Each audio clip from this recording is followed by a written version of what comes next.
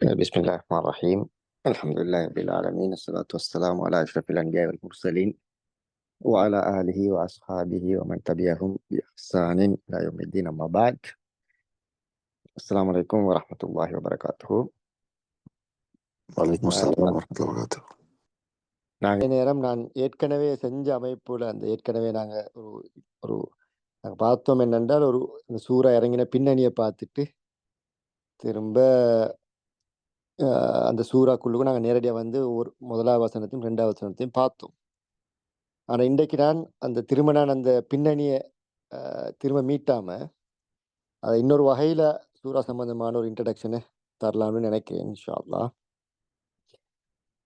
இந்த சூறா எங்களுக்கு எல்லாத்துக்கும் தெரியும், மிக முக்கியமான 4 விஷயங்களை பேசுது, அல்லது 4 வகையான உரையாடல்களை அல்லாஹு தாலா இந்த சூறாவினூடாக கொண்டு வரான். அதுல முதலாவது அஸ்ஹாபுல் கஹ்ஃப், குகைவாசிகள் சம்பந்தமான விஷயம் பேசுறான். ரெண்டாவது சாஹிபுல் ஜன்னத்தைன், இந்த 2 தோட்டங்களை சொந்தமாக வைத்து கொண்டிருந்த அந்த நபர், அவருடைய உரையாடல் அல்லாஹ் தாலா இங்கே கொண்டு வரான்.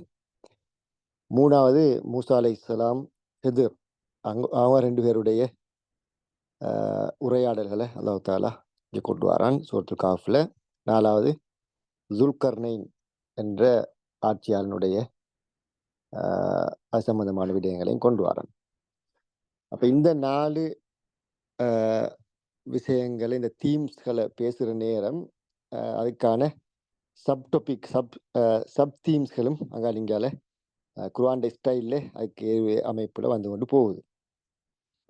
இந்த 4 விஷயத்தையும் பேசுனால் அந்த அந்த 4 விடயங்களையும் பார்க்குற நேரம் மிக முக்கியமான 4 தீம்ஸ்களை நாங்கள் ஐடென்டிஃபை பண்ணிடுமா இருக்கும். முதலாவது ரிலிஜன், தீன் என்கின்ற பகுதி.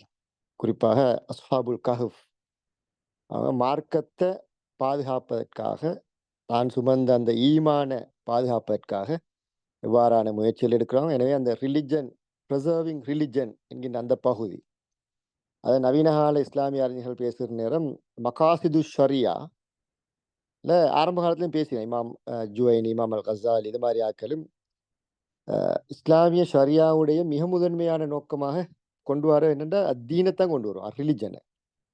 இஸ்லாத்தில் அந்த மார்க்க, இஸ்லாம் என்கிற அந்த மார்க்கத்தை பாதுகாத்தல் வந்து அல் குர்ஆனுடைய முதன்மையான நோக்கு, ஷரியாவுடைய முதன்மையான நோக்கு, இந்த மனிதனுடைய அந்த எக்ஸிஸ்டன்ஸ், இருப்புக்கும் முதன்மையான நோக்கம் அல்லாஹு தாலா இறக்கின அந்த மார்க்கத்தை பாதுகாக்கிறது.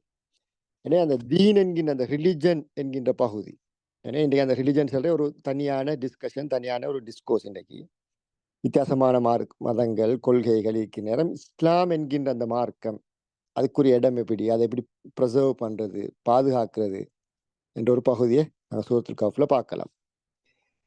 ரெண்டாவது மிக முக்கியமான ஒரு பகுதி தான் மனிதனுடைய வாழ்க்கையில எந்த மனிதனாக இருந்தாலும், சமூகமாக இருந்தாலும், குடும்பமாக இருந்தாலும், நாகரிகங்களாக இருந்தாலும் பேசப்படுகின்ற ஒரு மிக முக்கியமான ஒரு பகுதி தான் அல் மால் என்கின்ற பகுதி, வெல்த், பணம் என்கின்ற பகுதி. அதை ஒரு நாங்கள் ஒரு அந்த ஒரு கவர்மெண்ட் ஒன்று உருவாகிற நேரம் அந்த மினிஸ்ட்ரிஸ்களை நாங்கள் பிரித்து கொடுத்தோம்னா அதில் மிக முதன்மையான மிக முக்கியமான ஒரு மினிஸ்ட்ரி தான் ஃபைனான்ஸ் மினிஸ்ட்ரி. ஏன்னா பணம் ஒரு மிக முக்கியமான ஒரு பொருள் மனிதனுடைய வாழ்க்கைக்கு, மனிதனுடைய இருப்புக்கும். அந்த பணம் சம்பந்தமாக அல்லாஹு தாலா எப்படி குர்ஆன்ல ஒரு வேர்ல்ட் வியூ, ஒரு வியூவோட கட்டி எழுப்புறான். இந்த பணமுக்கும் மனிதனுக்கும் எப்படி தொடர்பு ஈக்கணும், அந்த பணம் மனிதன்ல எந்த இடத்துல ஈக்கணும், அது கல்புல அந்த எந்த இடத்த வைக்கணும் அந்த பணத்தை என்பது சம்பந்தமாக நாங்கள் சாஹிபுல் ஜன்னத்தைன் என்கின்ற அந்த உரையாடனூடாக நாங்கள் பார்க்கலாம். மூணாவது மிக முக்கியமான ஒரு பகுதி தான் நொலேஜ் என்கின்ற பகுதி, இல்ம் என்கின்ற பகுதி. அதான் அல்லாஹு தாலா நாங்கள் அந்த இல்ம் என்கின்ற பகுதியை பேசுகிறேன், அது ஒரு விரிவான பகுதி. நாங்கள் எடுகேஷன் என்று பார்க்கலாம் இன்றைக்கு, அல்லது சில நேரம் அறிவை பெற்றுக்கொள்வதற்கான மூலம் நாங்கள் அதை எபிஸ்டிமாலஜின்னு சொல்லுவோம். எங்கேருந்து அறிவை பெற்றுக்கொள்ளணும். ஃபார் எக்ஸாம்பிள் எங்களோட முஸ்லீம்களோட எங்களோட அந்த டிஸ்கஷனில் பார்க்கலாம், எங்களோட அறிவு மூலம் எதுனா எங்களோட வஹி வெஸ்ட். திரும்ப வெஸ்டர்ன் வேர்ல்ட் வியூவில் சில நேரம் சொல்லுவாங்க என்றால் மனிதன் அறிவோட சோர்ஸ் எது என்றால் இந்த மனிதனுடைய அறிவுன்னு சொல்லுவோம், இன்டெலெக்ட், ஹியூமன் இன்டெலெக்ட், மனிதனுடைய அறிவு. அப்ப இஸ்லாமிய ட்ரெடிஷன்ல நாங்க பார்க்கலும் வஹீம் குர்ஆன் சுன்னாவும் மனிதன் அறிவும் முரண்படையிலுமா? அப்படி முரண்பட்டா என்ன நடக்கும்? சில நேரம் நாங்க அந்த இப்படி பார்ப்போம். சூஃபி ட்ரெடிஷன்ல பார்க்கையிலும் கஷ்ஃப் என்றெல்லாம் பேசுவாங்க. இல்ஹாம் என்று பேசுவாங்க. அது ஒரு அறிவா? அறிவு மூலமாக நாங்க சோர்ஸாக பார்க்கலுமா? அப்ப இப்படியான ஒரு டிஸ்கஷன் உண்டு. அப்ப அந்த அந்த மூசா அலைஹிஸ்ஸலாம், ஹித்ர் அலைஹிஸ்ஸலாம் என்ற அந்த உரையாடல்ல இது சம்பந்தமாக நிறைய பேசப்பட்டதை நாங்க அவதானிக்கலாம். இல்ம் என்கிற அந்த knowledge என்கின்ற பகுதி.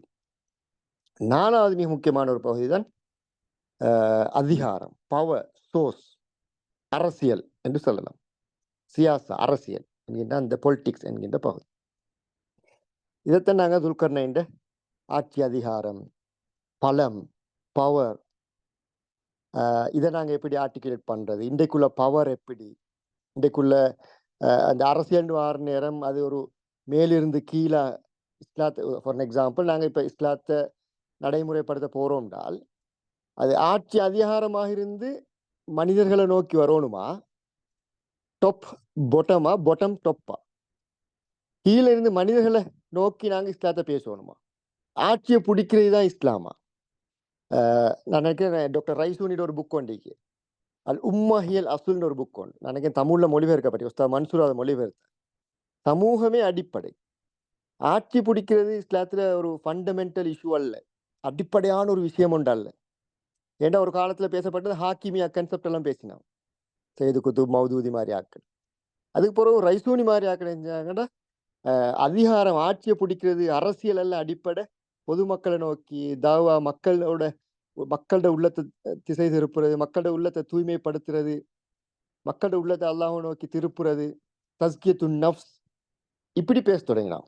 அப்ப அந்த அதிகாரம் நாங்க எப்படி அது அரசியல், அரசியல் எப்படியான அரசியல், அதிகாரத்தை நோக்கி அரசியலா, மக்களை நோக்கி அரசியலா?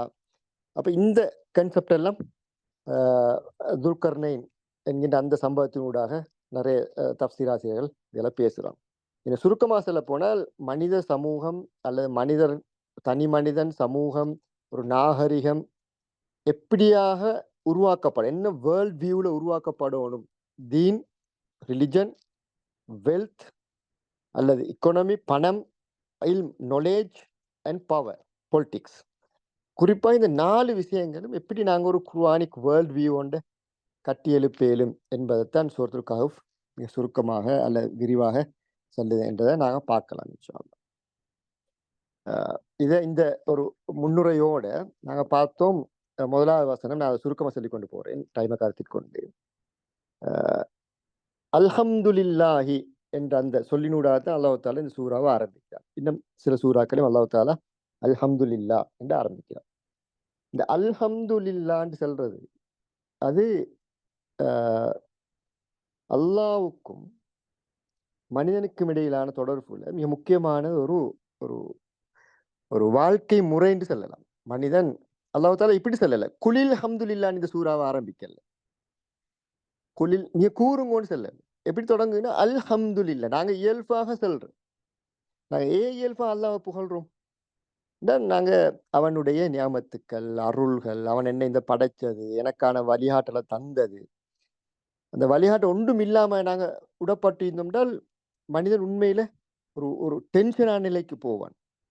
எங்களுக்கு அந்த நியமத் விளங்குது இல்லை என்னென்றால் நாங்க இந்த இஸ்லாத்திலே பிறந்து இஸ்லாத்திலே வளர்ந்தனால எங்களுக்கு ஓரளவு கிளியர், நான் வாழ்றேன், நான் மௌத்தாது ஒரு எங்க போறேன், ஏண்ட இங்குள்ள இந்த செயல்களுக்கான கூலி எப்படி வரப்போகுது என்று ஓரளவு கிளியர் ஒன்று இருக்கிறனால அது அந்த அருமை விளங்குது. எனவே நாங்கள் பார்க்கலாம் இஸ்லாத்துக்கு வந்த நிறைய பேர்களை அவங்க எங்களை விட நல்ல அந்த இன்ட்ரெஸ்டிங்காக இருப்பாங்க, இஸ்லாத்துல பற்றோட இருப்பாங்க. ஏன்னா அவங்களுக்கு அந்த டென்ஷன்ல இருந்து கொண்டு அவங்க இஸ்லாத்துக்கு வந்த இஸ்லாத்தை அந்த அந்த வீவை புரிஞ்சு கொண்டாக்க, அல்லாவை நோக்கி போற அந்த பயணத்தை சேர்ந்து கொண்டாக்க. உதாரணமாக நீங்க முகமது அசதுட ரோட்டு மக்கா என்ன அந்த புத்தகத்தை வாசித்த விளங்கு அவர் எப்படி ஃபீல் பண்றாங்க, அது அல்லாட அந்த நியமத்தை அல்லாவை அடைஞ்சு கொள்றத, அல்லாவை கண்டு கொள்றது எவ்வளவு பெரிய ஒரு பாக்கியமாக பார்க்கிறாரு. ஏன்னா அந்த டென்ஷன்ல இருந்துட்டு அவர் அந்த மெட்டீரியல் வேர்ல்ட் ஓர்டர்ல இருந்துட்டு அல்லாவை கண்டு கொள்றாரு, குர்ஆனை படிக்கிறார், மறுமை என்றதை கண்டு கொள்றார், எங்களோட செயல்களுக்கான கூலி சம்பந்தமாக அவர் விலகி கொள்றார். இப்படி அடிப்படையான கன்செப்டை விளங்கினால அவர் அந்த டென்ஷன் இல்லாம ஆகுது. நஃப்சுல் முத்துமாயின்னாவை நோக்கி அவர் நகர்றார். ஒரு திருப்தியான ஒரு ஒரு ஒரு சலனம் இல்லாத உள்ளத்தை நோக்கி நகர்றார். அப்ப இந்த இதோட வெளிப்பாடு தான் அந்த நஃப்சுல் முத்துமஇன்னா அல்லாஹ்வை நோக்கி அந்த பயணத்துல டென்ஷன் இல்லாத, பெடப் இல்லாத, சலனங்கள் இல்லாத அந்த வாழ்க்கை முறைக்கு தான் அத விளங்கிக் கொள்றது அதோட விளைவு தான் நாங்க அல்ஹம்துலில்லாஹ் வாரோம். அல்லாஹ்வை நோக்கி நாங்க திரும்புறோம். அல்லாஹ்வை புகழ்றோம். எனவே இது ஒரு வே ஆஃப் லைஃப். அல்லாஹ் இந்த வாழ்க்கை முறை அல்ஹம்துலில்லாஹ்ன்னு சொல்றது ஒரு வே ஆஃப் லைஃப். அ அந்த அல்ஹம்துலில்லாஹ்ட ஒரு இதத்தான் அல்லாஹ் தஆலா இங்க சொல்றான். அன்ஸல அலா அப்தில் கிதாப வலம் யஜ்அல் லஹு இவஜா. அல்லாஹ் தஆலா இந்த குர்ஆன் இறக்கி அதை அ அ அ என்ன கோணல்கள் இல்லாத இதாக, முரண்பாடுகள் இல்லாத மிக தெளிவான ஒன்றாக அல்லாஹ் தஆலா ஆக்கி வச்சிருக்கிறான் என்று அந்த வசனம் அப்படி நாங்க வருது. இன்ஷா அல்லாஹ் நாங்க அ இதத்தான் நாங்க அ போன அந்த ஆரம்பத்திலயும் நாங்க பார்த்தோம். இதுல வேற வடிவத்துல பார்த்தோம். இன்ஷா அல்லாஹ் நாங்க கையிமன் லியுன்ஸிர பஅஸன் ஷதீதன் மின் லதுன்ஹு வயுபஷ்ஷிரல் முஃமினீன அல்லதீன யஅமலூன ஸ்ஸாலிஹாத் அன்ன லஹும் அஜ்ரன் ஹஸனா என்கிற அந்த வசனத்தை நாங்க இன்ஷா அல்லாஹ் நாங்க அடுத்த கிளாஸ்ல பார்ப்போம் இன்ஷா அல்லாஹ். ஜஸாக்குமுல்லாஹ் ஹைரன்.